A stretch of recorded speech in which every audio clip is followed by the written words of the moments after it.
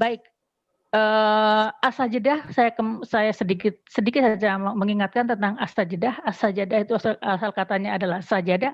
Sajadah artinya adalah sujud, ya, sujud. Jadi as-sajadah itu kalau dalam bahasa Arab itu adalah bentuk kata benda yang artinya adalah persujudan atau peribadahan. Jadi inti dari as-sajadah ini isinya adalah mencerminkan tentang mengajak manusia itu untuk tunduk patuh kepada Allah dan melarang manusia untuk angkuh.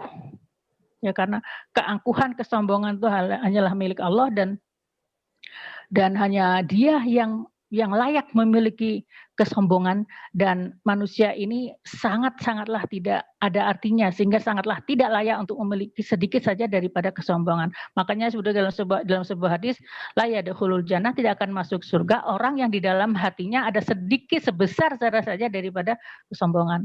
Ya, ini mengingatkan kita semua karena bibit-bibit kesombongan itu cepat sekali ya masuk ke dalam hati seseorang, ya. Bisa posting di YouTube aja udah ada yang sombongnya, aduh ya Allah, berbunga-bunga.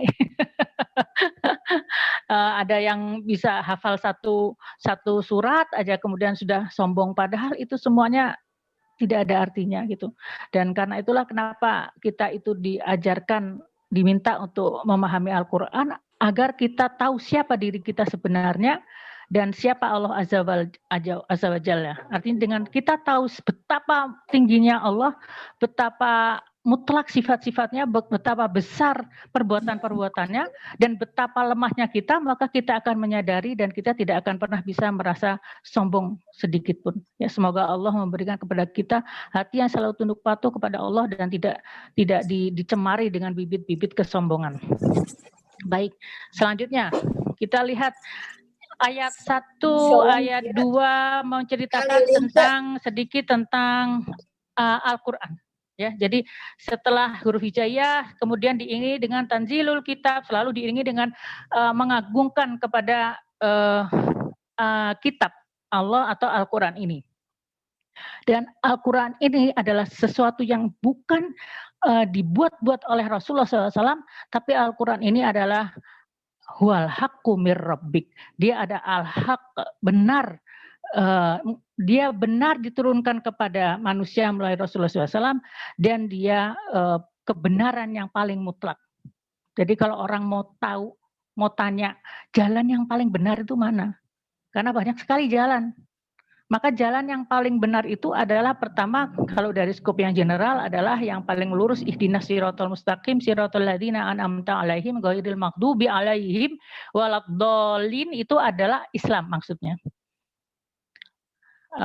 Paling benar, ya, ada jaminan. Ya, kalau agama lain ada yang mendapatkan kebenaran tapi tidak jaminan dia akan mendapatkan surga. Nah, sedangkan Al-Quran ini sering sekali disebutkan di awal-awal dari surat setelah huruf hijaiyah, seperti alif lam mim yasin nun gitu ya, alif lam ro, itu diikuti dengan dengan penjelasan tentang Al-Quran, karena Al-Quran ini adalah sesuatu yang sangat penting di dalam kehidupan kita. Kalau kita ingin mengenal Allah, maka kita harus kenal Al-Quran dulu, kita harus baca, kita harus pahami. Karena itulah saya merasa berbahagia karena saya mempunyai sedikit saja ilmu yang bisa saya share kepada teman-teman semuanya, karena ilmu ini ilmu yang paling penting di dalam kehidupan supaya kita sukses dunia ini dan akhirat. Ilmu-ilmu yang lain itu ya untuk duniawi ya. Jadi maksudnya perlu juga, tapi apa yang menjadikan kita bisa sukses di akhirat itu hanya dengan tertatih-tatih, ya, jatuh bangun untuk bisa mengamalkan Al-Quran. Nah, setelah itu ya kita lihat setelah ayat 1, ayat 2, am yaqulu naftara bal wal haqqu mir rabbik litundira qauman ma atahum mir nadhirim min qablika la'allahum yahtadun. Jadi setelah Al-Quran kemudian disebutkan tentang Rasulullah SAW, yaitu beliau adalah an-nadhir, seorang pemberi peringatan, ya, dan tugasnya adalah litundira qaumam, ya, tugasnya adalah untuk memberikan peringatan kepada kaum yang sudah lama tidak diberi peringatan, yaitu kaum musyrikin Mekah. Supaya apa? La'allahum yahtadun, supaya mereka mendapatkan petunjuk. Nah, setelah ini ya, setelah ayat 3 ya, jadi pertama tentang kitab Al-Qur'an, kemudian Rasul, kemudian ayat yang keempat itu menjelaskan tentang Allah. Masya Allah, saya tuh paling senang ya kalau bicara tentang Allah tuh, karena Allah tuh adalah zat yang paling baik sama kita. Kita tuh setiap hari dikasih makan sama Allah, setiap hari dikasih ini udara gratis ya, diberikan kesehatan, dikasih mata, dikasih nikmat-nikmat, dan semuanya itu relatifly gratis gitu loh.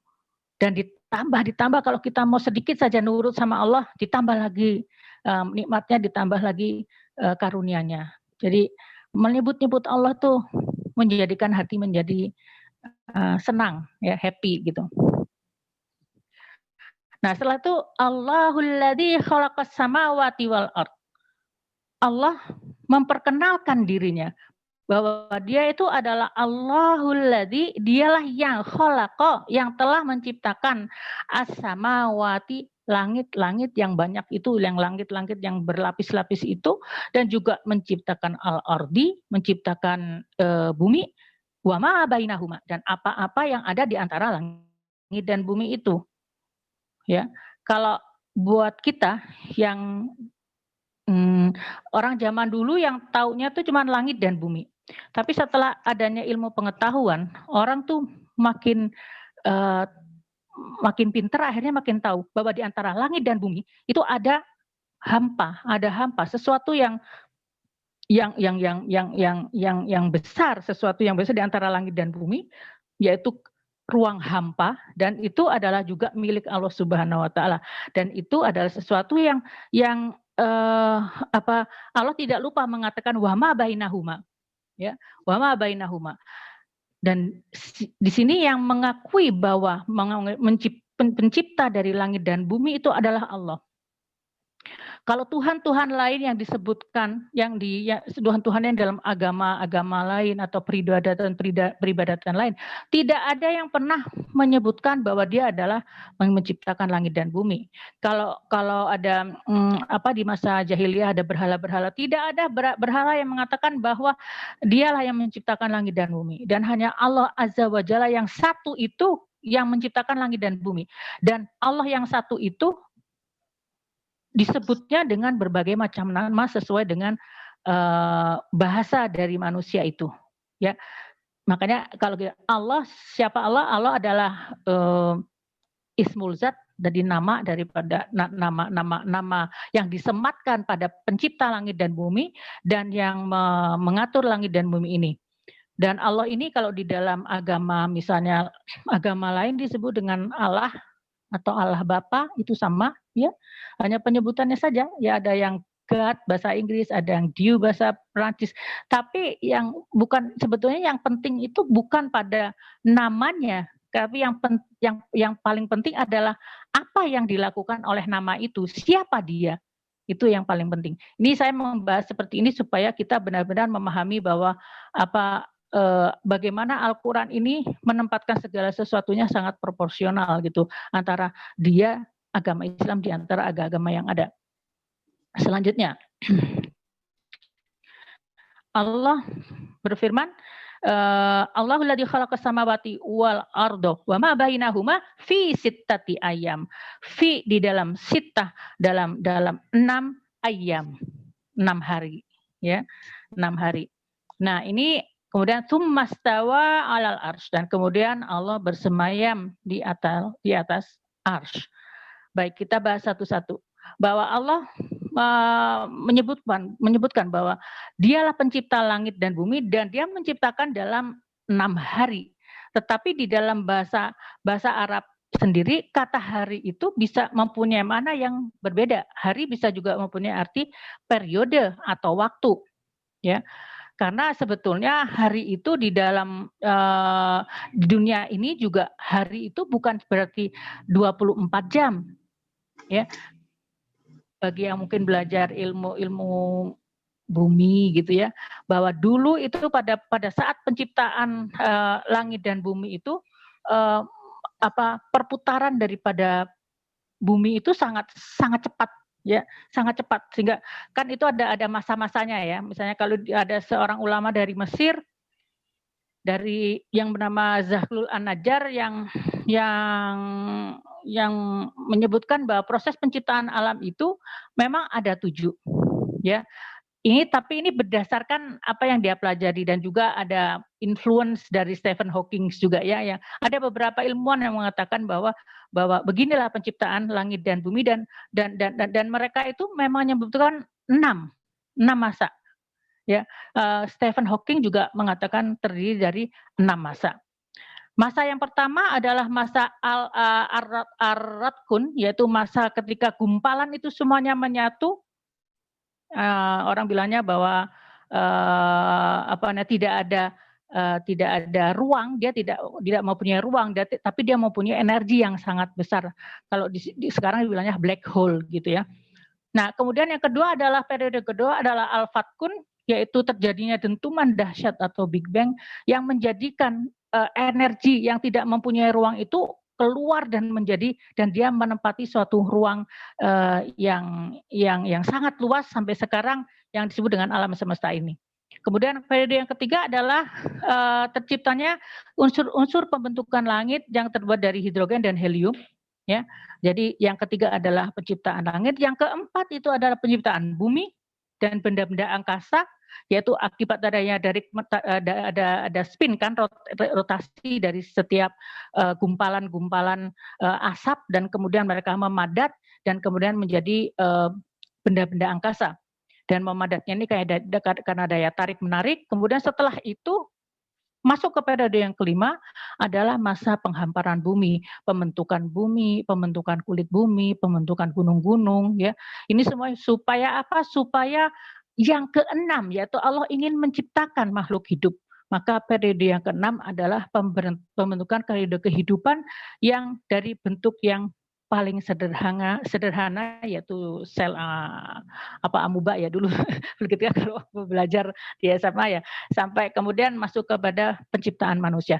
Itu adalah 6 masa, 6 periode. Dan pada saat pertama kali pembentukan bumi itu mulai memadat ya, ketika dia sudah bisa disebut satu bentukan yang berputar ya. Bumi itu berputarnya itu 1 tahunnya itu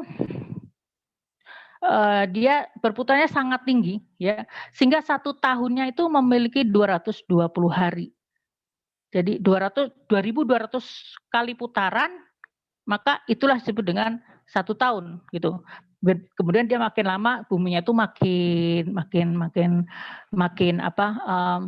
perputarannya makin lambat, dan akhirnya sampailah di mana bumi ini hari itu sama dengan 24 jam. Ya. Jadi hari itu sebetulnya relatif. Jadi jangan sampai kita mengatakan bahwa hari itu adalah 24 jam. Ya, karena memang tidak seperti itu. Hari itu sangat relatif pada situasi dan kondisi. Jadi ini sesuatu yang sangat amazing ya, sehingga Allah ingin memberitahukan kepada kita beginilah ya penciptaan langit dan bumi ini. Dan tapi ada satu yang disebut harus kita pahami juga, para ilmuwan yang menemukan hal seperti ini itu tidak bisa mengatakan bahwa penemuan ini adalah penjelasan daripada ayat-ayat Al-Qur'an. Ya, kenapa tidak bisa? Karena apa yang dijelaskan oleh ilmu pengetahuan itu adalah sebatas akal saja, sebatas daripada apa yang ada di pikiran manusia yang kalau saya sering bilang 150 gram. Otak kita itu 350 gram, 250 dipakai untuk bergerak, untuk mencerna makanan, untuk tubuh lah ya, untuk otak yang dipakai untuk supaya dia hidup, manusia bisa hidup. Tapi otak yang bisa untuk berpikir hanya yang di depan ini yang disebut dengan neokorteks, dan dia hanya dimiliki oleh manusia saja. Jadi otak untuk nalar itu 150 gram saja. Jadi dengan 150 gram tidak akan bisa untuk menjelaskan semua perbuatan Allah yang suci dari kekurangan dan suci dari dan penuh dengan kesempurnaan dan suci dari kekurangan. Jadi kalau ada ilmuwan yang kemudian menjelaskan ini kepada kita, itu intinya adalah supaya kita itu bisa mempunyai bayangan, oh begitu gitu loh. Tapi bukan berarti persis seperti yang dikatakan oleh para ilmuwan itu. Itu hanya sebagai tambahan buat kita.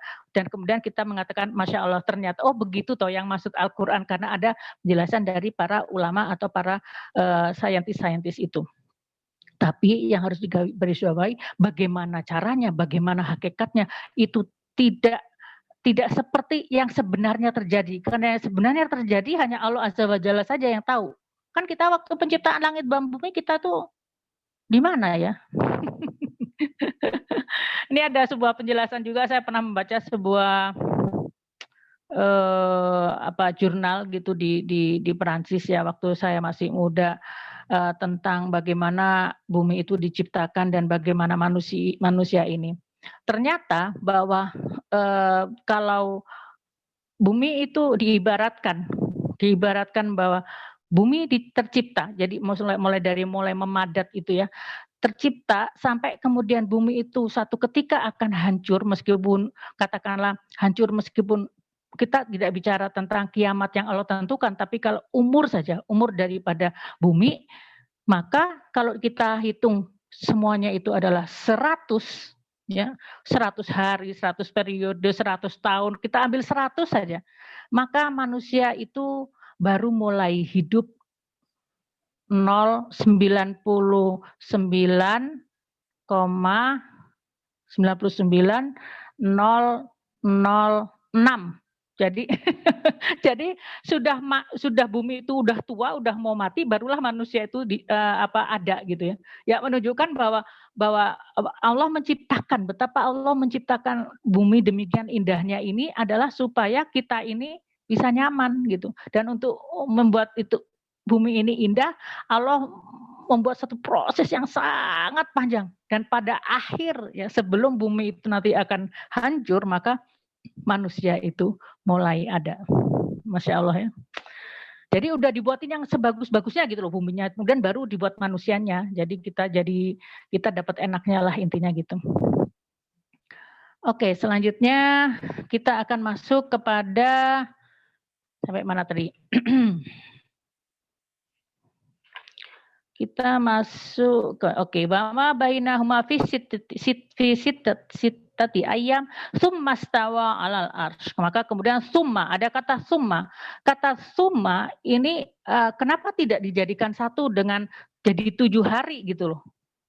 Maksudnya semuanya prosesnya 7 hari. Kenapa ada summa stawa alal arsh? Kemudian Allah dalam bahasa Arabnya bersemayam di arsh gitu loh. Tapi inilah yang kemudian menjadi di orang-orang Yahudi mengatakan kemudian Tuhan itu beristirahat katanya gitu. Karena capek. Padahal maksudnya bukan begitu ya. Allah itu maha kuasa. Maha kuasa bahkan untuk membuat tanpa 6 hari pun dalam sekejap mata juga bisa. Fa idza qada amran fa inna ma yaqulu lahu kun fayakun. Maka aku menciptakannya segala sesuatu yang aku inginkan dalam kun fayakun.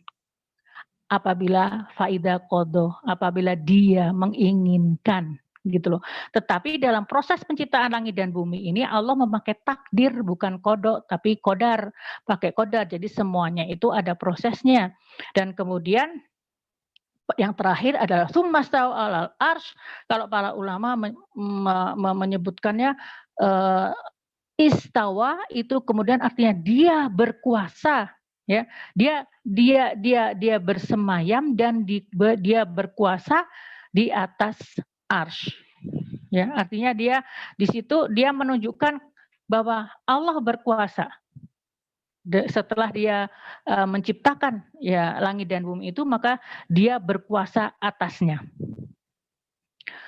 Oke, kemudian setelah itu summastawa alal arsy malakum min dunihi mi waliyyu wala syafi'. Ma dan tidaklah lakum bagi kamu sekalian wahai manusia min dunihi ya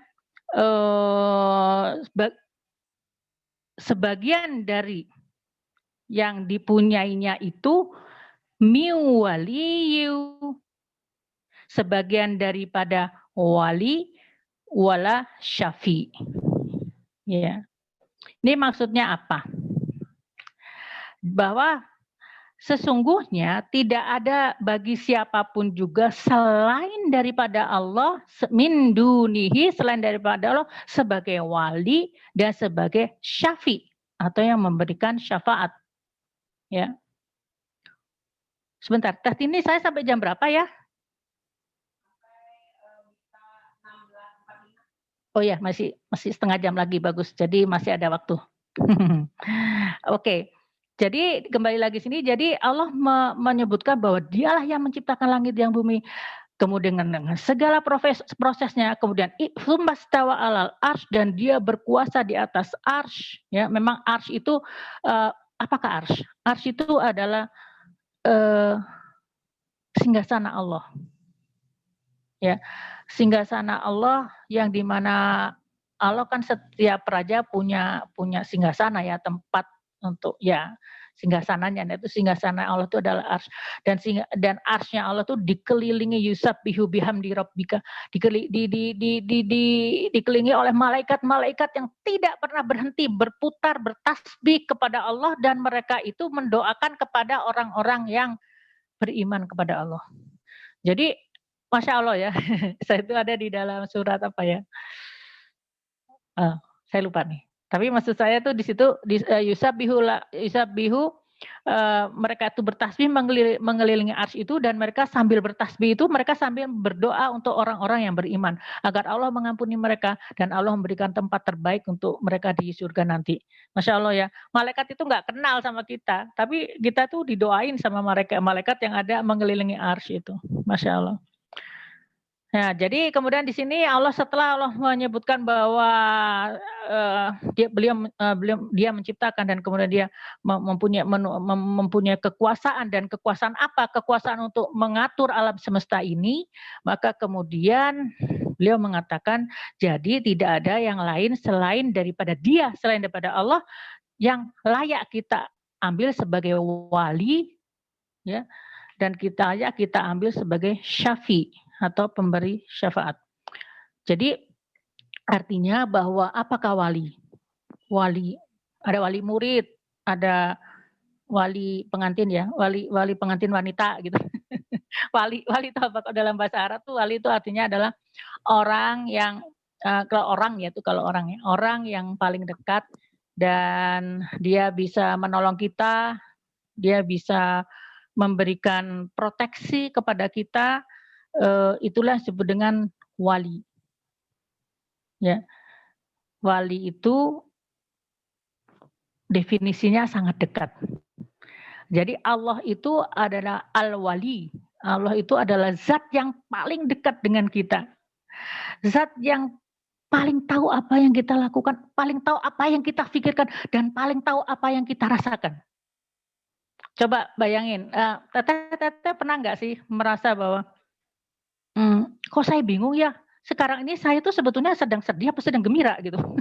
Atau kadang-kadang ini saya nih kesel atau mangkel atau dengki atau iri atau dendam. Kadang-kadang kita nggak tahu isi hati kita yang sebenarnya, kita ini sedang apa sih, ramuan apa yang ada di dalam hati kita. Itu kita kadang bingung sendiri, betul nggak? Kadang-kadang kita beramal juga, ini ikhlas apa enggak sih? Ya pengennya sih ikhlas, tapi kenapa disebut-sebut, kenapa dia ngomong-ngomong, kenapa marah kalau nggak di Jadi kadang-kadang tuh saya terus terang aja kalau sudah bergumul dengan hati sendiri, saya berkata, ya Allah, saya juga nggak tahu hati saya bilang apa. Ya Allah, ampuni saya kalau misalnya ada yang buruk dari hati saya, mohon untuk dijauhkan, dan apabila ada yang baik tanamkan dalam hati saya, ya Allah, gitu ya. Saya mohon maaf, istighfar gitu. Karena saking kita sendiri nggak tahu gitu apa yang ada di dalam hati kita. Oke, sebelum kita lanjutkan, saya ingin memberitahu pada teteh-teteh dan ibu-ibu sekalian dan bapak-bapak juga, silakan kalau ada pertanyaan silakan ditanyakan saja di chat. Nanti kita akan ada sesi pembahasan pertanyaan, ya.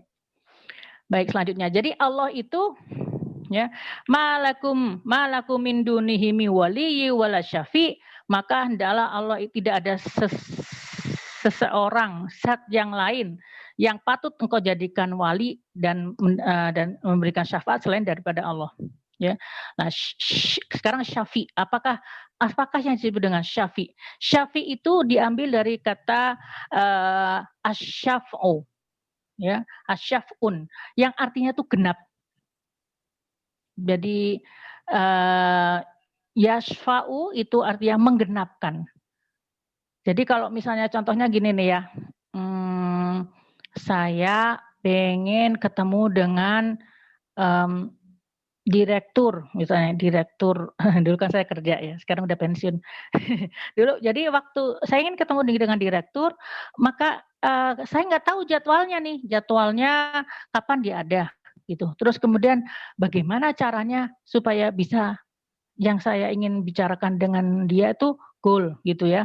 Karena pengetahuan saya tentang dia itu tidak genap, gitu. Jadi akhirnya saya meminta seseorang untuk saya datangi orang itu, saya bilang, "Bu, saya ingin ketemu dengan Pak Direktur, ini gini, gimana ya?" "Oh ya, nanti saya bantuin, nanti nanti saya juga coba sambil kita ngomong sama-sama lah nanti gimana caranya supaya bisa tujuannya tercapai." Nah, ini disebut dengan menggenapkan itu atau memberikan syafaat. Jadi kembali lagi, jadi maksudnya apa? Maksud dari konteks daripada ayat ini adalah orang-orang di zaman Rasulullah SAW, kaum musyrikin itu, mereka ingin itu mengharap adanya syafaat dari berhala-berhala itu. Jadi mereka berharap bahwa kesalahan mereka bisa diampuni kalau melewati berhala itu. Bahwa keinginan mereka di dunia ini bisa dikabulkan kalau melalui berhala-berhala itu.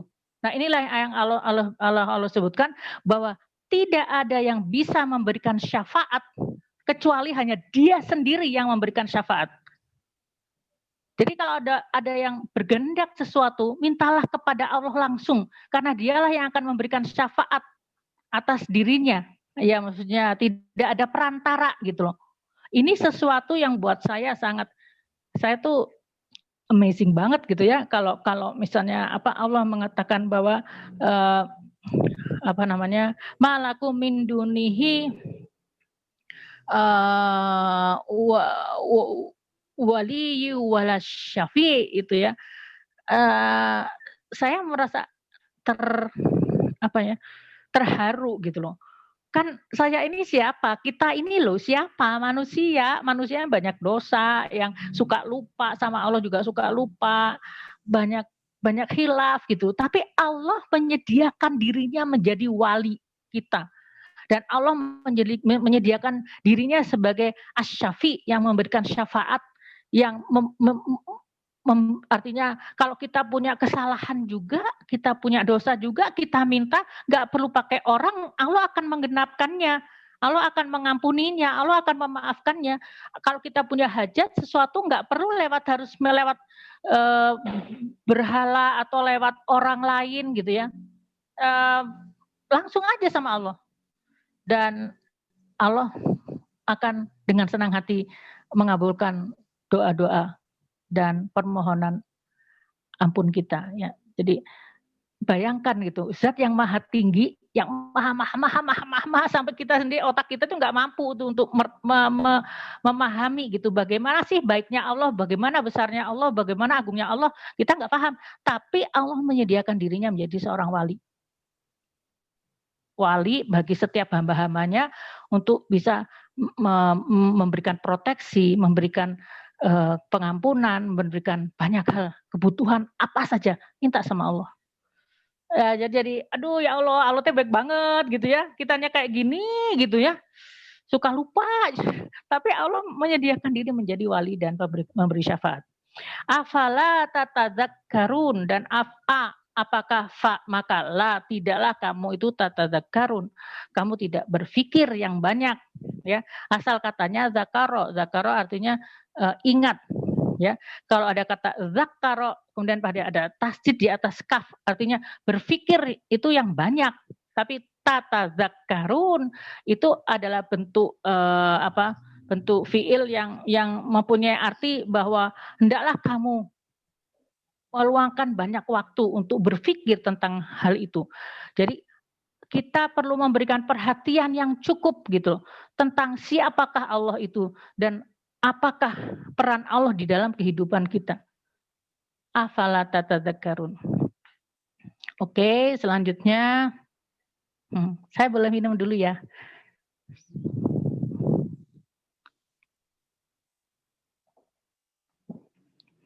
Alhamdulillah. Selanjutnya masuk kepada ayat yang ke-5. Yudabbirul amra minas samai ilal ard thumma ya'ruju ilaihi fi yaumin kana miqdaruhu alfasanatim mimma ta'uddun. Ya, yudabbiru. Yudabbiru itu asal katanya adalah dabaro. Dabaro itu artinya belakang.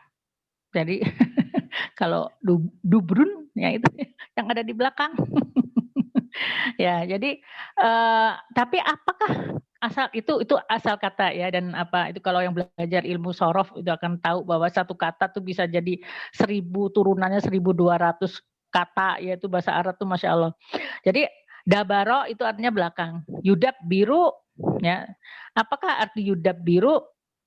Artinya adalah bahwa Allah itu mengurus ya urusan-urusan itu, dan Allah itu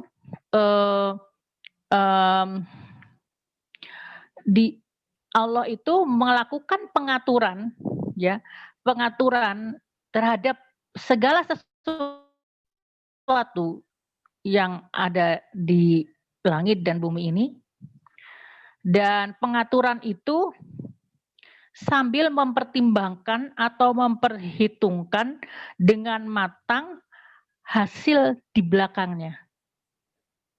Akhir daripada pengaturan itu harus seperti yang diinginkan oleh Allah dalam sistem takdirnya. Agak ribet ya. Tapi maksudnya tuh gini loh, maksudnya tuh yudabbiru itu artinya Allah, kan Allah tuh Rabb ya, Rabbul Alamin. Allah tuh yang mengelola alam semesta ini. Dia adalah Tuhan dari alam semesta ini yang mengelolanya. Maka di dalam proses pengelolaan itu kan harus ada sistem ya. Ada sistem. Sistemnya itu adalah sistem takdir. Dan kemudian sistem itu dibuat sedemikian rupa. Sehingga pada akhirnya itu akan mendapatkan hasil seperti yang diinginkan. Contoh misalnya gini. Allah membuat urusan bahwa matahari itu terbit dari sebelah timur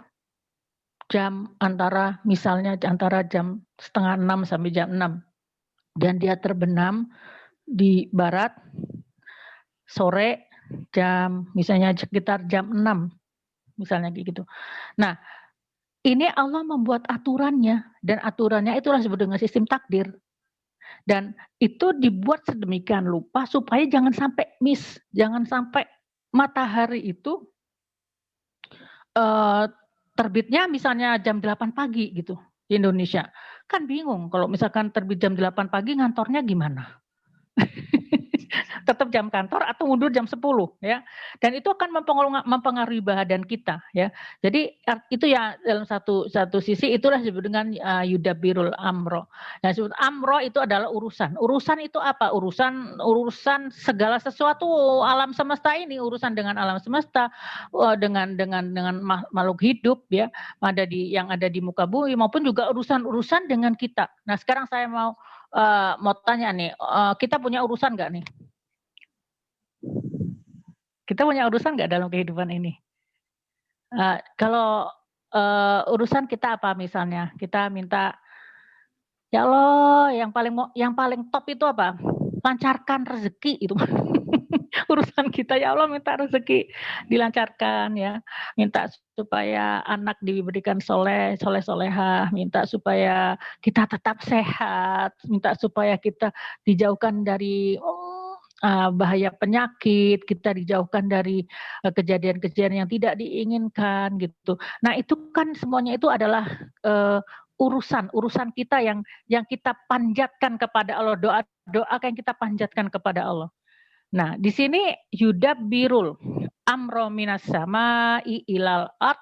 Oh ya, saya kecepatan nih. Jadi yang pertama adalah Allah itu menurunkan urusannya dari minas sama'i ilal ard. Jadi sistem takdir, sistem rezeki semua itu kan pasti dari Allah ya yang memberikan cuklaknya gitu ya.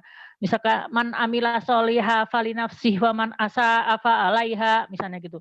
Barang siapa yang berbuat baik maka kebaikan itu akan kembali kepada dirinya dan barang siapa yang berbuat buruk maka keburukan itu fa'alaiha akan melingkupi dirinya. Nah, itu adalah salah satu urusan, itu adalah salah satu takdir yang rumusan takdir yang Allah turunkan kepada manusia.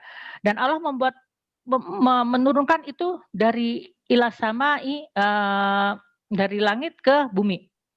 Nah, kemudian setelah itu maka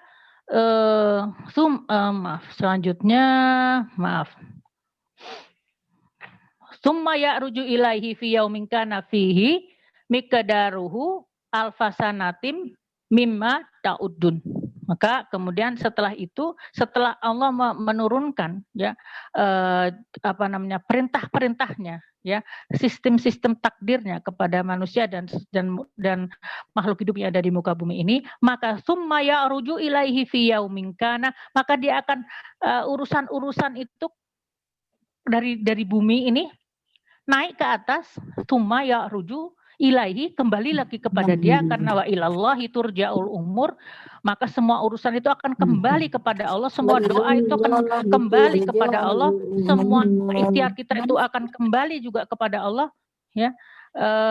Fi yaumin kana fihi, dalam satu hari, satu periode yang kana keadaannya miqdaruhu, yang ukurannya itu adalah alfasanatim, 1000 hari, 1000 tahun, mimma ta'udun, dari apa yang kamu hitung.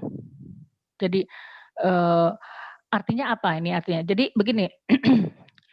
Jadi siapa sih yang naik turun itu apa namanya?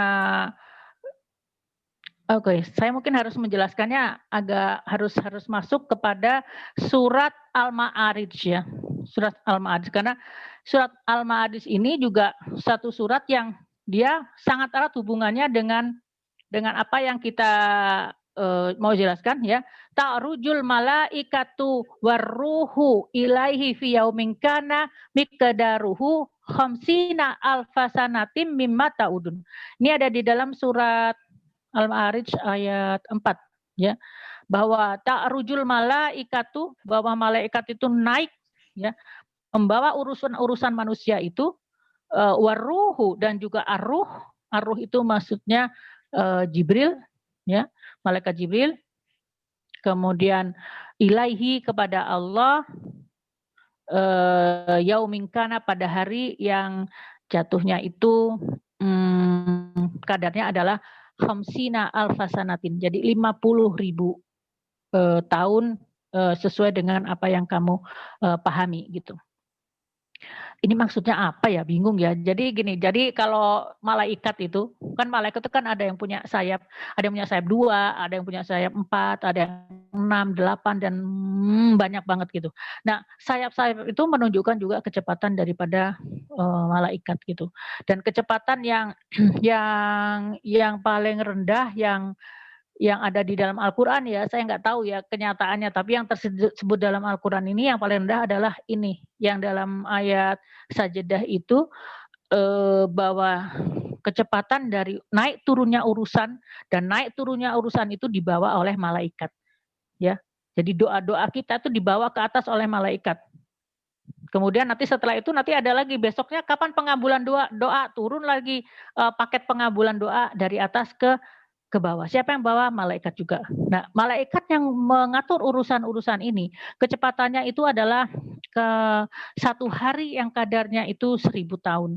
Jadi 1 harinya itu 1000 tahun. Sedangkan kalau dalam surat Al-Ma'arij itu 1 hari itu kadarnya adalah 50.000 tahun.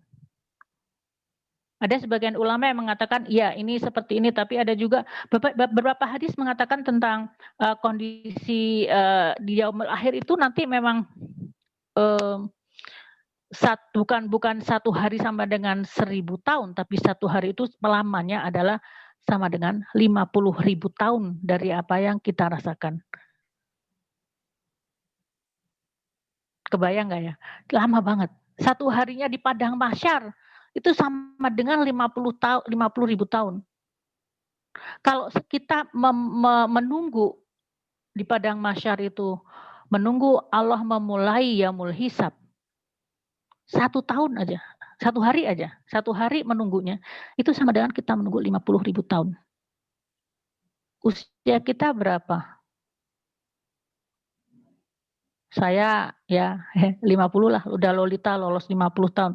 50 berarti di yaumul akhir nanti 1 harinya itu adalah saya menjalani seperti saya hidup di dunia ini 50 tahun kali 1000, 50.000 tahun. Jadi panjang sekali di yaumul akhir itu. Makanya kita juga harus benar-benar bijak ya menyikapi kehidupan ini. Artinya sesusah apapun kehidupan ini sebetulnya tidak ada apa-apanya dibandingkan dengan masalah kita di akhirat nanti. Jadi kalau punya urusan di dunia ini, jangan sedihnya jangan banyak-banyak, dikit aja. Karena terus apa? Ya kita pakai untuk beribadah kepada Allah, untuk berzikir, untuk berbuat amal soleh. Sibukkan kita dengan amal soleh, menolong orang lain, bersedekah, pengajian, baca Quran, menghibur orang. Itu yang kita harus sibukkan. Jangan terlalu sibuk dengan kesedihan kita, karena kesedihan kita itu tidak ada apa-apanya dengan nanti di akhirat nanti. Maka tempat kita tuh benar-benar harus menabung tuh sekarang ini. Nah itu kalau satu refleksi ya tentang 1 hari di yaumul akhir sama dengan 50.000 tahun. Tapi ada juga refleksi yang lain bahwa bagaimana kita melihat ya bahwa ini adalah kecepatan dari ta'rujul malaikatu warruh, kecepatan dari malaikat Jibril ya. Nah, malaikat Jibril ini dia tuh kecepatannya sangat cepat sekali ya. Contoh saya pengen coba menghitung lagi.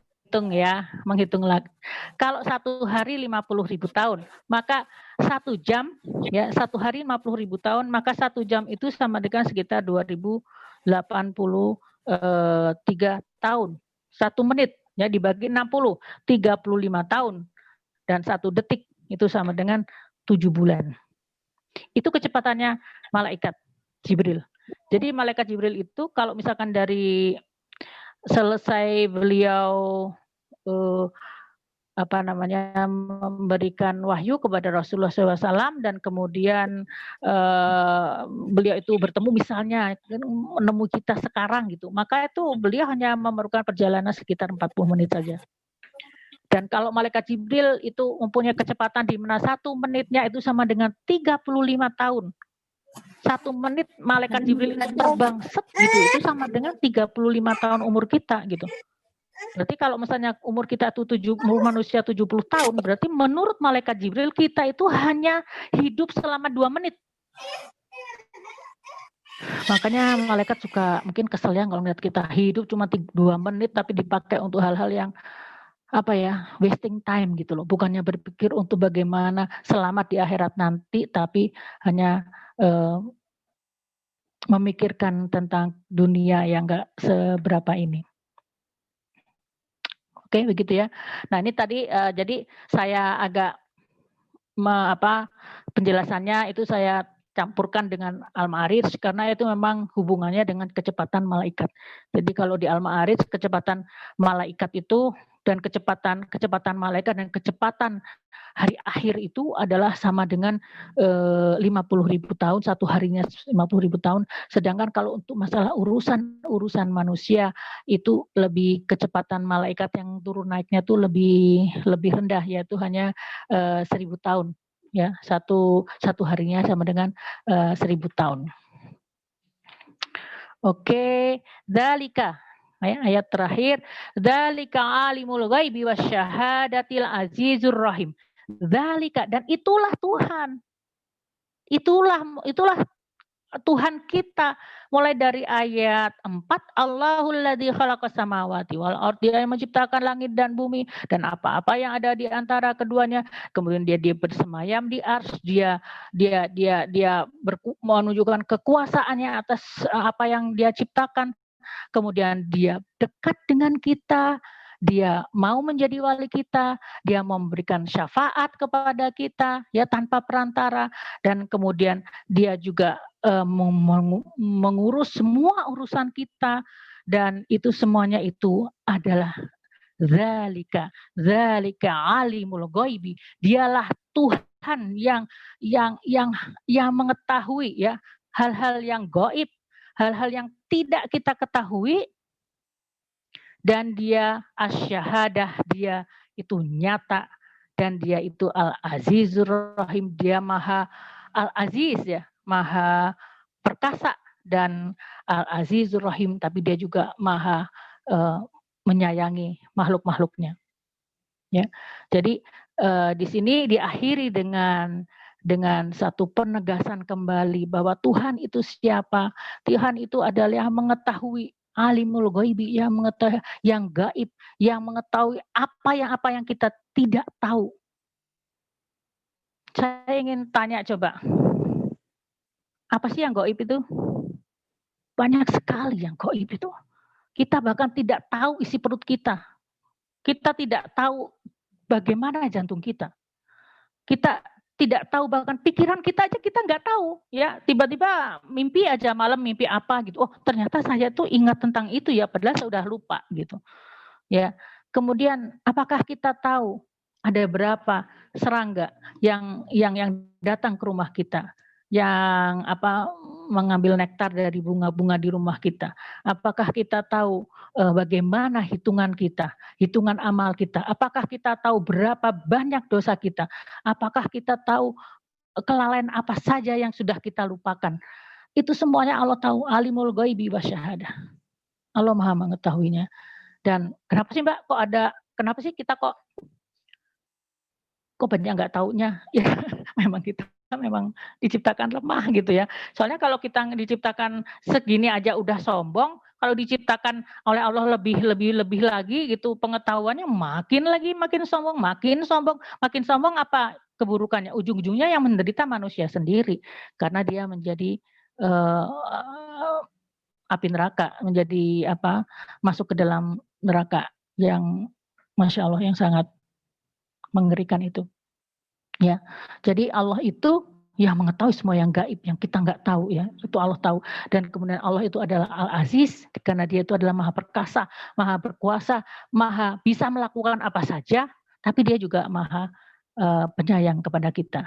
Ya, jadi kalau kita ingin tahu bagaimana sih Allah gitu kan, kadang-kadang orang kalau setan pengen membisikkan pada manusia, Allah itu kayak apa sih, bentuknya kayak apa sih gitu, itu maka kita dikasih tuntunan, jangan memikirkan tentang zat Allah, karena kamu tidak akan pernah bisa mencapainya, karena kita ini terlalu lemah, kita ini material, bayangin kita tuh materi, dibandingkan dengan Allah yang menguasai langit dan bumi, menguasai yang materi, menguasai yang non materi, menguasai yang diketahui, yang bisa dilihat dengan kita maupun yang sesuatu yang tidak kita bisa lihat. Allah tuh maha, maka kita ini ya memang lemah gitu, tapi itu pun Allah masih menyayangi kita dan mau menjadi zat yang terdekat dengan kita. Oke, mungkin ini sudah alhamdulillah pas banget nih ya, kita sampai kepada ayat 6. Baik, mungkin kita bisa mulai dengan sesi tanya jawab untuk lebih mempertajam pemahaman kita tentang ayat-ayat ini. Silahkan Mungkin ada yang sudah ditulis di chat boleh, tapi boleh juga kalau kita diskusi, kalau ada yang mau bertanya, buka aja itu speakernya dan kemudian kita bisa teteh-teteh ibu-ibu bisa bertanya. Silahkan.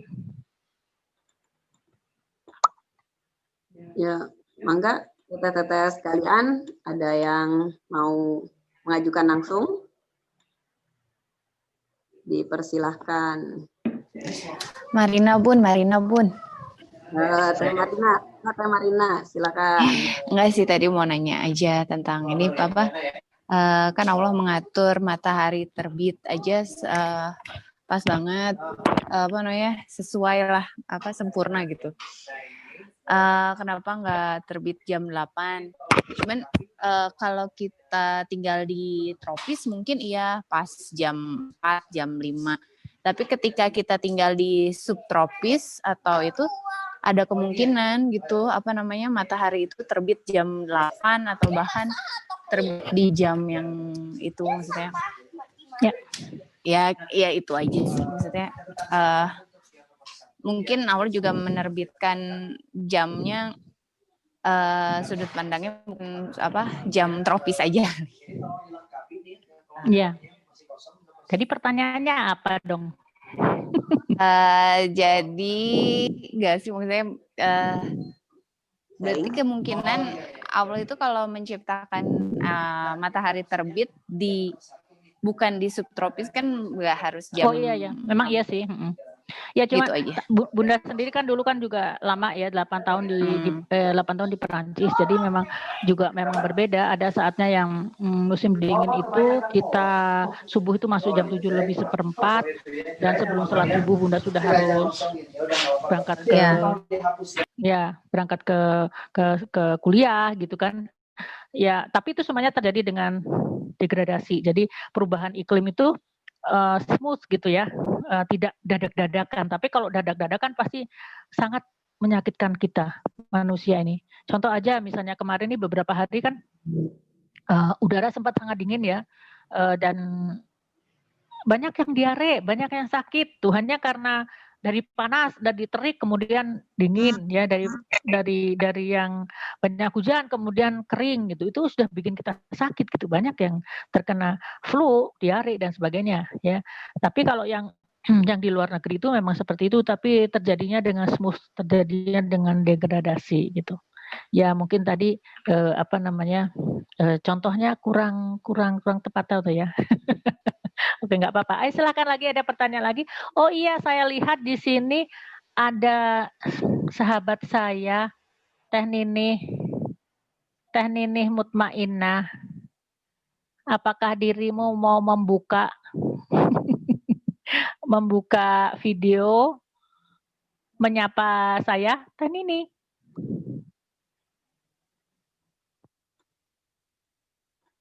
Oh, belum ada ya. Oke.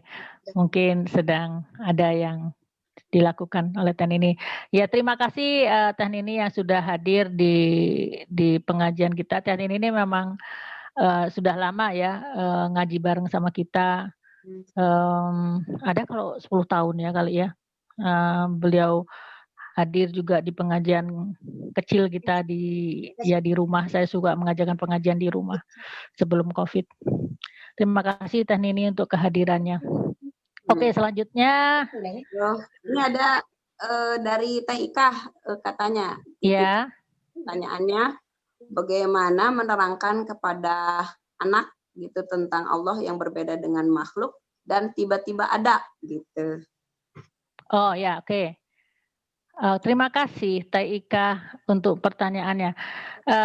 Ya, oke. Jadi kalau untuk menjelaskan kepada anak itu kita yang penting itu satu hal aja. Kita kasih introduksi karena anak itu juga mereka menangkap dulu informasinya. Kadang-kadang mereka tidak perlu diberi penjelasan yang sangat detail, tapi kita berikan informasi yang diperlukan dan nanti kalau sudah dewasa mereka itu akan berpikir dan mereka akan makin memahami dari perkataan orang tuanya. Kalau saya melihatnya begitu, ya. Jadi yang pertama yang perlu diajarkan adalah Allah itu laisa kamitslihi syai'un. Jadi Allah itu tidak sama dengan makhluknya. Allah berbeda dengan makhluknya. Kalau kalau misalnya dan kalaupun Allah mempunyai sifat yang sama dengan kita, tapi sifatnya itu jauh lebih sempurna daripada kita. Ya, contoh misalnya begini. Laisa kamitsli syai'un, Allah tidak sama dengan kita. Jadi kalau misalnya kita mempunyai awal, artinya lahir, manusia mempunyai dan mempunyai akhir, dan manusia itu kan mati, maka Allah tidak sama dengan manusia. Jadi Allah itu tidak mempunyai awal dan Allah itu tidak mempunyai akhir. Gitu. Jadi kalau menurut saya mulainya dari situ dulu. Kalau misalnya, tapi kan hubungannya dengan Asmaul Husna, maka kita juga sebagai orang tua kita perlu belajar ya tentang Asmaul Husna itu, karena Asmaul Husna itu mirip dengan beberapa pemahamannya dengan kita. Contoh aja Allah itu Al-Basir, maha melihat gitu. Tapi maha melihatnya Allah itu tidak sama dengan melihatnya Allah Subhanahu wa taala gitu. Jadi kalau ada yang kata-katanya mirip, perbuatan Allah yang mirip, tapi kita harus menambahkan bahwa melihatnya Allah itu tidak dengan memakai mata yang seperti mata kita. Laisa kamitslihi syai'un, tapi melihatnya Allah juga maha melihat. Jadi artinya kalau kita melihat hanya apa yang ada di depan mata, maka Allah melihatnya apa yang ada, yang semuanya yang bisa dilihat. Allah bisa melihat alam semesta, bisa melihat diri diri kita, apa yang di dalam diri kita, dan gitulah. Tapi kemudian berikan contoh-contoh yang mudah diterima mereka. Tapi kalau saya melihatnya mudahnya itu kalau kita mulai dari laisa kamitslihi syai'un, bahwa Allah itu berbeda dengan makhluknya. Itu aja dulu. Nanti mereka setelah besar mereka akan mulai mencerna, mereka akan mulai berpikir, dan saat itulah kita bisa memberikan pemahaman-pemahaman yang lebih subtil ya, lebih detail gitu. Mungkin begitu Teh Eka. Kalau Teh Eka mau ada tambah lagi silakan Teh, dibuka aja videonya, kita bisa tanya jawab langsung. Ya Bunda, hatur nuhun jawabannya. Tadi ini dengar kan? Dengar ini Kausar dengerin Bunda jawab tadi tentang melihat, katanya Allah nggak punya mata. Jadi Allah punya mata, tapi matanya nggak kayak kita. Allah bisa melihat, Allah punya mata, tapi matanya nggak seperti kita. Yadullahi fauqa aidihim, dalam surah Al-Fatah dikatakan begitu. Dan tangan Allah itu ada di atas mereka. Artinya Allah tuh punya tangan, tapi tangannya nggak kayak tangan kita. Gitu. Kenapa nggak sama? Kenapa nggak sama? Karena kalau misalnya sama, berarti kita jadi Tuhan dong. Kan salah, kita kan bukan Tuhan. Contoh aja gini, coba. Tangan kita sama tangannya kodok sama nggak? Tangan kakak sama tangan kodok sama nggak? Tangan kita sama tangan kodok nggak sama kan? Karena kodok bukan kita, kodok bukan manusia, jadi tangannya berbeda. Gorila sama. Tangan gorila sama kita sama. Aduh, saya kurang mendengar ya. Selanjutnya gimana? Ya, hatur nuhun Bunda. Oh ya, sama-sama Teh Ika, nuhun pisan. Semoga Kausar dan adiknya menjadi anak-anak yang soleh, yang hafiz Quran, dan kemudian taat kepada orang tuanya dan bertakwa kepada Allah. Amin, amin, amin. Baik, selanjutnya Mbak Ani dari Teh Iis. Ya, Teh Iis. Iis mempunyai pengertian, mungkin karena kita tidak cukup solih sehingga didoakan malaikat, maka bagaimanakah menjadi golongan yang didoakan malaikat itu gitu? Oke, maksudnya mereka itu malaikat mungkin ya? Yang tadi tentang yusabbihu. Oke, jadi bagaimana kita menjadi orang yang layak didoakan oleh mereka, yaitu dalam Nanti kita bahas ya minggu depan tentang ini karena ini menarik lagi juga menarik surat ini. Tapi kita bahas nanti minggu depan lebih detail lagi. Tapi intinya orang-orang yang mendapatkan karunia itu adalah orang-orang yang taat kepada Allah, orang yang sabar atas ujian Allah. Itu intinya di situ. Ya, orang yang bertakwa, orang yang ikut aja. Allah mau pengen apa ya kerjain aja gitu ya. Allah minta kita sabar ya kita sabar. Allah minta jangan berbuat buruk ya udah kita berbuat baik. Allah bilang balaslah keburukan idfa billati hiya ahsan, kita diminta untuk membalas keburukan dengan kebaikan ya kita lakukan ya gitu-gitu aja. Jadi berusaha semaksimal mungkin untuk melaksanakan perintah Allah dan menjauhi larangannya. Insya Allah kita adalah orang yang patut untuk didoakan oleh malaikat. Begitu Thais. Terima kasih Mani. Untuk selanjutnya pertanyaan dari Bu Novi. Iya. Apa arti ikhlas yang sesungguhnya terkait dengan takdir Allah, takdir yang diberikan Allah. Oke, saya pengen Bu Novi untuk buka maksudnya ini pertanyaannya supaya saya juga jelas gitu bisa menyampaikannya. Coba Bu Novi buka dong ininya. Bunda Hani hubungannya sama ayat 5. Tadi kan disinggung ayat 5. Ya, disinggung sedikit masalah takdir juga kan tadi Bu. Oh iya ya. Itu kalau kita pengen ikhlas seikhlas-ikhlasnya, ada hubungannya dengan takdirnya gimana sih? Oke. Takdir apapun gitu. Iya, takdir apapun ya. Baik, ikhlas itu sulit ya untuk menjelaskan apakah arti ikhlas. Karena surat Al-Ikhlas itu sendiri nggak ada kata ikhlasnya. Kan kul huwallahu ahad, Allahu samad, lam yalid wa lam yulad wa lam yakul lahu kufuwan ahad. Jadi ikhlas itu artinya kita sesuatu yang apakah ikhlas itu ada di dalam surat Al-Ikhlas ya. Artinya kita mengikuti yang pertama, qul huwallahu ahad, katakan Tuhan itu satu. Allahu samad, dialah tempat kita untuk minta pertolongan. Lam yalid wa lam yulad, dia tidak diperanakan, tidak beranak dan tidak diperanakan. Wa lam yakul lahu kufuwan ahad, dan tidak ada sesuatu pun yang mirip dengan Allah. Dia hanya satu. Jadi sebetulnya ikhlas itu hubungannya adalah kalau kita itu manteng hanya kepada Allah.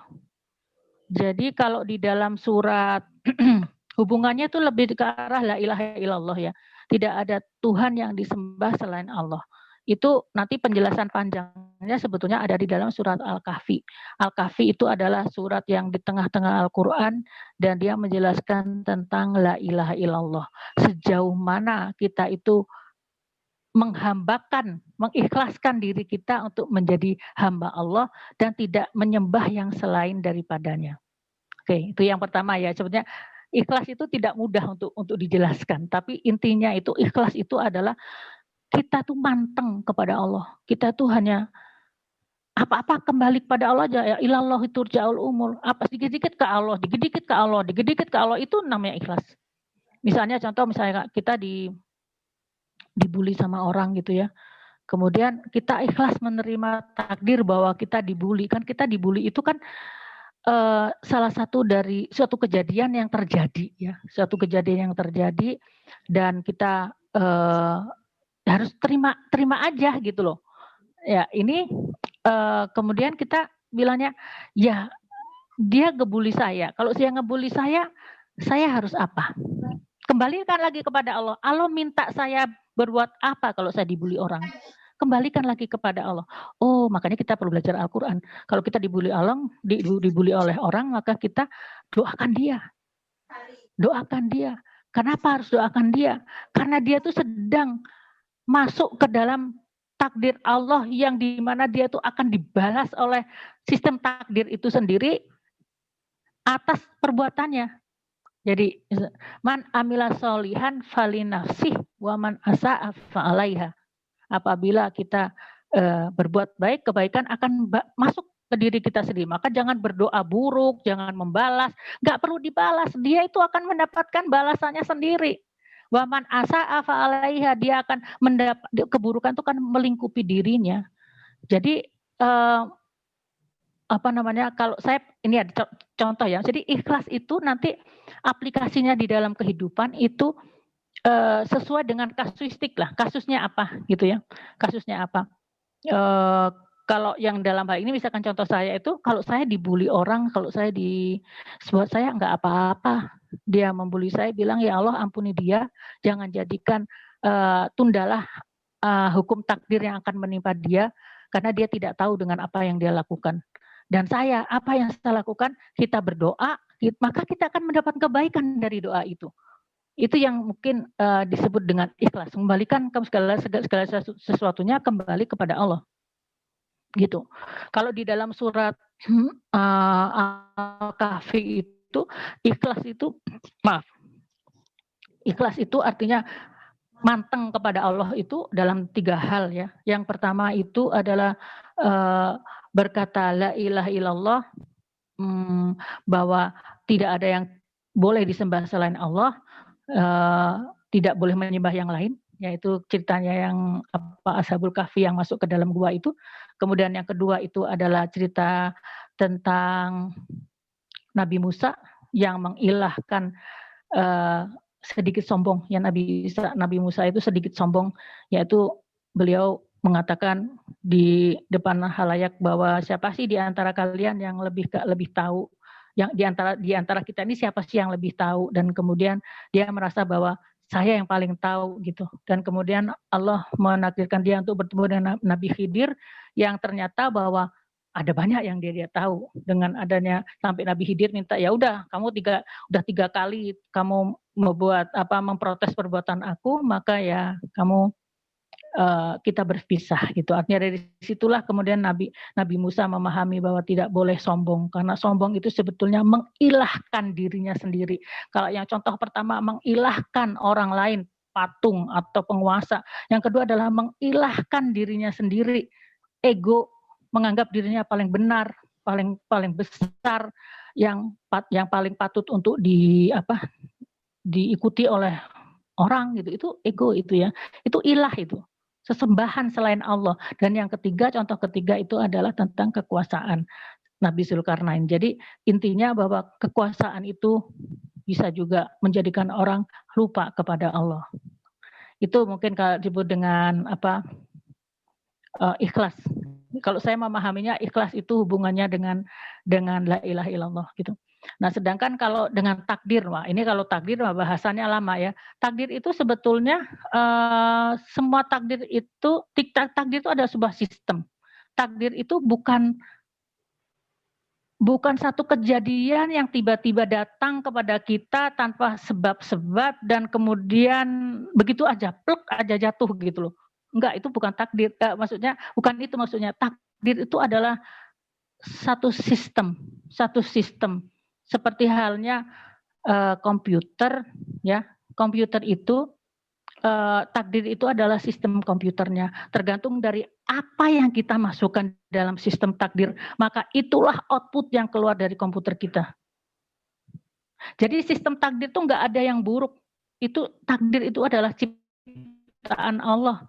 Makanya ada percaya rukun iman itu adalah percaya kepada qada dan qadar itu ya. Nah, itu tuh bahwa sistem apa yang Allah ciptakan buat kita itu adalah sistem, maka kemudian kita yang menentukan kita tuh mau dapat takdir baik dalam tanda petik atau takdir buruk gitu loh. Itu kita yang menentukan. Kalau misalnya kita ingin masuk surga, berusahalah jadi orang bertakwa, jadi orang bersabar, berusaha untuk beribadah, berusaha menolong orang lain, berusaha untuk bersedekah, berusaha untuk membuat yang terbaik dalam kehidupan kita. Itu kita masukin input itu semua ke dalam komputer, maka ujungnya keluarnya itu adalah surga. Tapi kalau kita males-malesan, kita hare-hare nipu, ngomong nggak jelas ya, maka mungkin kekejian lain, riba atau dan segala macam, akhirnya kita bisa memasukkan inputan yang salah dan kemudian yang keluar adalah neraka. Ya, jadi kalau misalnya kita punya sesuatu yang buruk menimpa kita, itu bisa jadi adalah hasil dari pikiran kita di masa lalu, perbuatan kita di masa lalu, ucapan kita di masa lalu. Contoh yang paling gampang tuh gini. Ada seorang yang berkata, siapa sih yang mau cerai? Tapi akhirnya ya kalau Tuhan menentukan saya bercerai, ya saya bercerai. Kalau saya memahaminya tidak begitu. Artinya ketika seseorang itu bercerai, memang Allah memberikan ya jalan keluar, yaitu perceraian. Kalau tidak bisa, kalau mudorotnya terlalu besar, maka itu bercerai, salah satu solusinya. Tetapi kalau misalkan kemudian karena kita nggak mau bersabar, kita kemudian terjadi perceraian, atau kemudian kita ketika nikah itu lupa, nggak bilang sama Allah, nggak minta izin sama Allah, karena keburu yang mau kita nikah itu ganteng, kaya gitu ya. Jadi ya udah aja lah, nggak usah sholat istikharah, langsung aja embat aja, cepet-cepetan supaya nikah gitu.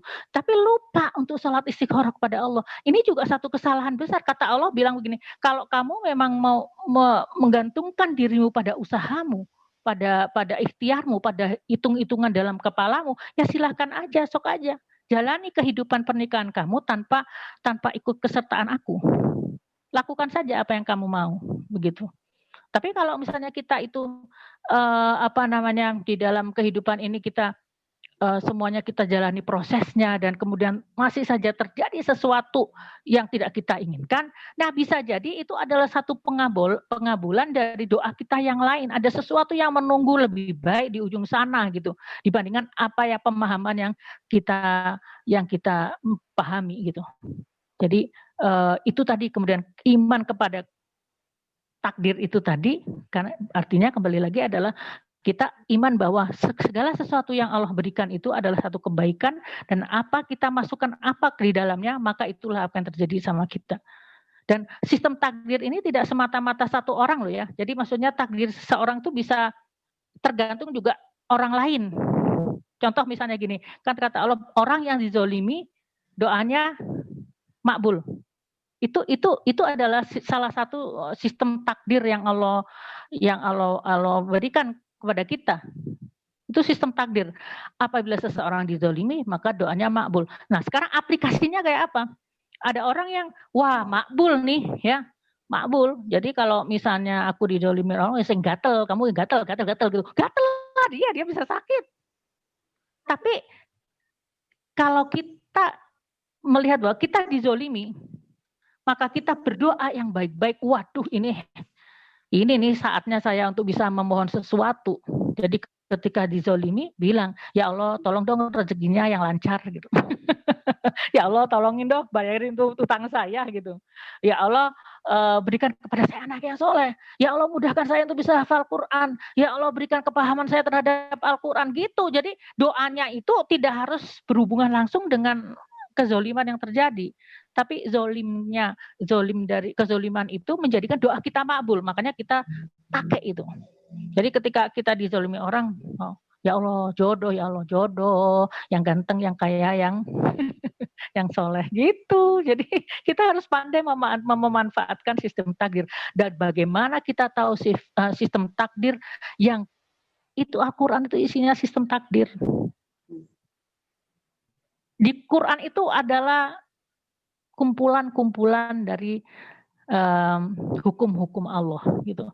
Maka semakin kita tahu Al-Quran, semakin mudah kita memahami kehidupan ini dan semakin ringan gitu menghadapi kehidupan ini, karena kita tahu banget gitu bahwa semuanya ini tuh ada linknya. Dan kalau kita sudah tahu yudabbirul amro, jadi bahwa Allah urusan-urusan itu semuanya itu sudah ada di dalam urusan Allah, maka tidak ada kezoliman dalam sistem Allah. Maka bagaimana kita tahu sistem dari takdir itu? Maka saat itulah kita menggunakan sistem takdir itu supaya nanti dubrun di belakang hari kita menuai hasil yang bagus.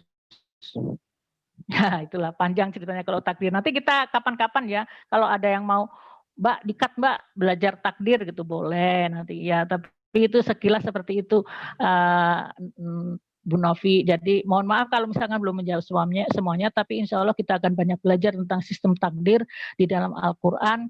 Tapi memang Al-Quran itu penuh dengan ilmunya banyak ya, ilmunya banyak sehingga kita harus sabar untuk mempelajari ayat demi ayatnya. Begitu. Oke, ada lagi yang mau ditambahkan? Mbak Hani, sekedar mengingatkan sekarang 17:09. Ya. Akan beres 17:15 insya Allah. Nah, nanti tersisa 2 pertanyaan. Mudah-mudahan semua tercover supaya tidak ada yang gentayangan. Iya, betul. Pertanyaan yang tersisa dari Teh Eka tentang konsep 1 hari 50.000 tahun Al-Ma'arij ayat 4 tadi. Itu kalau tidak salah dulu Mbak Hani pernah menerangkan begitu menurut pengertian Teh Eka bahwa jika bersolawat maka kemungkinan itu dekat dengan Rasul, jadi Rasul melewati begitu. Apakah dan kalau betul Teh Eka merasa amazing sekali karena mungkin merasa dekat dengan Rasulullah begitu kira-kira barangkali begitu ya Teh Eka ya. Koreksi kalau saya salah. Nah kemudian dengan rasa ke-amazingan itu jadi merasa senang begitu, tapi kalau salah mohon dikoreksi pengertian yang ada di Teh Eka itu gitu. Oke. Tentang sholawat ya, jadi hubungannya dengan sholawat ya. Ya jadi sholawat itu kita itu dengan kan sholawat ini termasuknya hubungannya dengan yang ayat kita bahas itu. Jadi 1 hari itu 1000 tahun. Jadi kalau misalnya kita itu sholawat dengan kepada Rasulullah SAW, Isra Mi'raj dulu ya, makanya bahasnya dari Isra Mi'raj. Dari Isra Mi'raj itu siapa? Saya mau tanya, siapa yang membawa Rasulullah SAW ke Sidratul Muntaha? Malaikat Jibril. Ya. Jadi kalau Malaikat Jibril berarti hubungannya itu dengan surat Al-Ma'arij ayat 4, yaitu ta'rujul malaikatu warruhu ilaihi fi yaumin kana fihi miqdaruhu khamsina alfasanah. Jadi Rasulullah SAW itu ikut kecepatannya Malaikat Jibril karena yang membawa Rasulullah dalam dari Isra terus kemudian Mi'raj itu adalah Malaikat Jibril dan beliau ikut dalam kecepatan itu. Nah, kalau di dalam kecepatan itu, ya artinya 1 hari itu Rasul itu kita 1 hari 50.000 tahun, maka 1 jam itu 2083 tahun, ya satu jamnya. Kalau kita lihat berapa jam Rasulullah SAW itu melakukan Mi'raj, kan katanya 1 malam. Kalau 1 malam berapa tuh Teh? Coba 1 malam misalnya Rasul dari jam 9 ya misalkan dibawa, kemudian Rasul pulang lagi jam berapa? Jam 4 pagi misalnya, oke lah kita bilang 6 jam aja. 6 jam ya, jadi jam 9 sampai jam 3 misalnya begitu, 6 jam. Jadi 6 jam kali 2083, berapa tuh Teh? Coba hitungin 6 kali 2000, berarti berapa? 18.000. Oke, berarti itu sama dengan 20.000 tahun. Jadi Rasul itu melihat penciptaan langit dan bumi sampai dengan akhirat. Karena 20.000 tahun. Sekarang kita tahun berapa? 2020. Yang sebelumnya ya kan ada ya, tapi maksudnya karena itulah kenapa di dalam Isra Mi'raj dikatakan Rasulullah itu bertemu dengan Nabi Adam. Kemudian Rasulullah melihat surga dan neraka sampai dengan apa? Sampai dengan hari berbangkit gitu kan? Ya, saya melihat itu semua. Ya karena Rasul itu paling tidak kalau dalam hitung-hitungan ini paling tidak itu melakukan perjalanan 20.000 tahun. 20.000 tahun. Belum lagi ada lagi yang lebih amazingnya lagi, ada 1 level di mana malaikat Jibril itu tidak bisa masuk. Jadi ke Sidratul Muntaha, jadi yang bisa masuk hanya Rasulullah SAW, artinya dimensinya sudah bukan dimensi Jibril. Artinya apa? Ya sudah lebih lagi. Jadi artinya Allah menunjukkan mulai dari awal penciptaan bisa jadi sampai dengan akhir. Karena itu Rasulullah SAW itu beliau itu sebetulnya melalui masa ini, melalui masa sekarang ini, gitu loh. Secara spiritual ya, bukan jasad ya, tapi Rasul itu pernah ada bersama kita. Jadi Rasul itu ada bersama kita karena Rasul itu pernah melewati ini semua. Rasul itu bahkan bukan itu aja, Rasul itu udah sampai ke Yaumul hari kebangkitan, dan Rasul juga melihat, dan itu bukan berarti Rasul itu bermimpi, bukan, tapi Rasul hidup melihat semuanya itu. Karena itulah kemudian kalau kita bersolawat ya, Allahumma sholli ala Sayyidina Muhammad, coba rasain. Kita solawat, kerasa nggak sih ada yang kerenyang gitu, kerenyang gitu, rasanya tuh kayak berbalas gitu. Dan makanya ada sebuah hadis yang mengatakan bahwa apabila seorang mengucapkan salawat, maka Rasul menjawab salawat kita, menjawab salamnya kepada kita. Ya karena memang Rasul itu ada di sini lewat semua kehidupan kita ini gitu loh. Dan ada hal juga yang amazing juga kalau kita sholawat kepada Rasulullah SAW, rasanya tuh merinding semua. Terus kemudian kadang-kadang juga kita nangis gitu ya. Terus rasanya tuh ada yang dekat gitu. Susah sih ngomonginnya ya, tapi kalau kita pernah melakukannya ya kita pasti merasakan hal yang sama gitu. Itu mungkin yang mungkin Teh Eka kepengen mendengar siaran ulangannya ya, maksudnya makanya bertanya lagi. Oke, satu pertanyaan terakhir. Satu pertanyaan terakhir dari pemirsa suara. Ya. Menanyakan kalau di tempat yang tidak ada mataharinya, maksudnya tidak normal seperti kita, bagaimana menentukan waktu sholatnya begitu? Oh iya ya, oke. Ini masuknya babnya ke bab syariat ya, syariat agama gitu. Jadi saya hanya mungkin nanti detailnya bisa dilihat saya dulu waktu masih muda saya mempelajari ini gitu ya. Dulu saya tinggal lama di luar negeri 8 tahun sehingga ada saat-saat di mana kita berpuasa itu juga lama sekali. Kita berpuasa dari jam 3:30 pagi itu udah masuk subuh. Jadi kemudian kita bukanya itu jam 9:30 malam, jam 10 malam. Nah itu baru yang di Perancis, belum yang di Jerman, yang ke atas lagi, yang di Inggris ya. Akhirnya tuh mereka tuh bahkan hanya berbuka kalau saya berbukanya berarti sekitar 6 jam ya, 6 jam. Tapi yang di tempat-tempat lain itu berbukanya menjadi lebih pendek lagi gitu. Ada yang cuma 3 jam, 4 jam, 2 jam. Dan kalau naik ke atas lagi misalnya ke Norwegia atau ke daerah kutub tuh pasti yang ada yang cuma dalam setahun itu ada matahari cuma sehari seperti itu ya. Maka kalau saya dulu pernah pelajari itu istihadnya para ulama itu mengambil referensinya ke Mekah gitu. Referensinya ke Mekah. Jadi ikut aja jam sholatnya Mekah gitu. Jadi kalau misalkan tentu saja dikonversikan dengan keadaan di negaranya, tapi intinya ikut dengan jam sholatnya Mekah. Itu yang saya tahu begitu. Karena memang menjadi tidak mungkin, terutama misalnya kalau di kutub itu ya, kalau misalkan setahun hanya ada 1 hari yang muncul matahari dan yang lainnya tuh hanya kayak lewat itu loh. Jadi kayak maghrib jam 6:30 itu ya, cuman mataharinya tuh auroranya aja yang kelihatan tapi nggak kelihatan mataharinya, itu kan juga nggak mungkin kita berpuasa sepanjang tahun gitu. Jadi biasanya mereka referensinya ke Mekah. Nah teman-teman sendiri saya dulu juga yang misalnya di Inggris itu kalau di Perancis waktu itu kita masih tahan sih ya buka jam 9:30. Tadi ada beberapa teman yang lebih di atas lagi, mereka daripada tidak kuat menjalankan puasa Ramadan, maka mereka mengikuti jamnya Mekah. Begitu. Mungkin ini bisa sedikit memberikan sedikit pencerahan buat teman yang bertanya dari suara. Terima kasih. Oke, sudah? Ya. Sudah. Nampaknya sudah tidak ada lagi pertanyaan, Mbak Hani. Iya.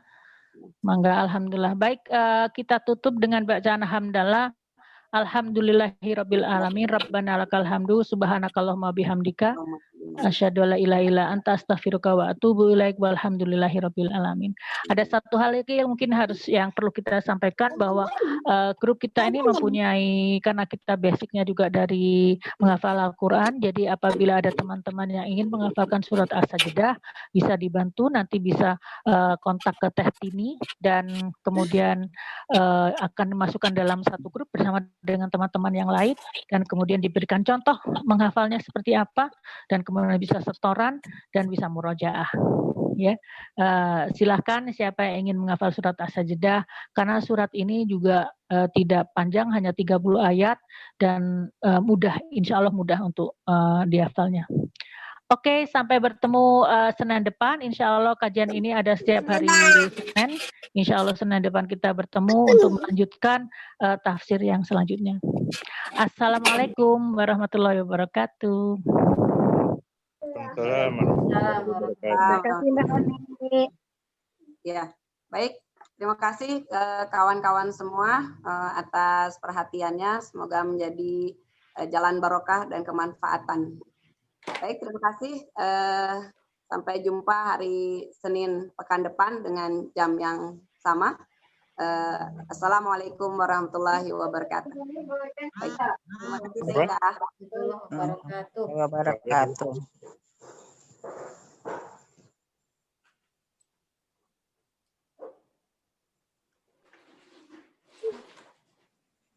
Miss you Teh Tini. Teh Ika. Iya, Teh Eka. Masya Allah. Lama banget. Lama tak berjumpa. Lagi. Siapa lagi nih? Udah 7 tahun nggak ketemu. Ini baru. Sekarang di mana Teh Lihat Eka? wajahnya kembali. Di Padang. Di Padang. Iya. Ini dari seluruh Indonesia nih. Ada yang di Sulawesi, Ibu Nani. Ada yang di Padang. Cirebon. Ini masih tamu. Ada lagi. Ya, lagi di Sulawesi. Bu Nani masih di Makassar. Iya, ini lagi di masih di Makassar. Oh, masih ini. Musim apa, Bu? Enggak. Hujan? Musim Hujan enggak? hujan. Ini baru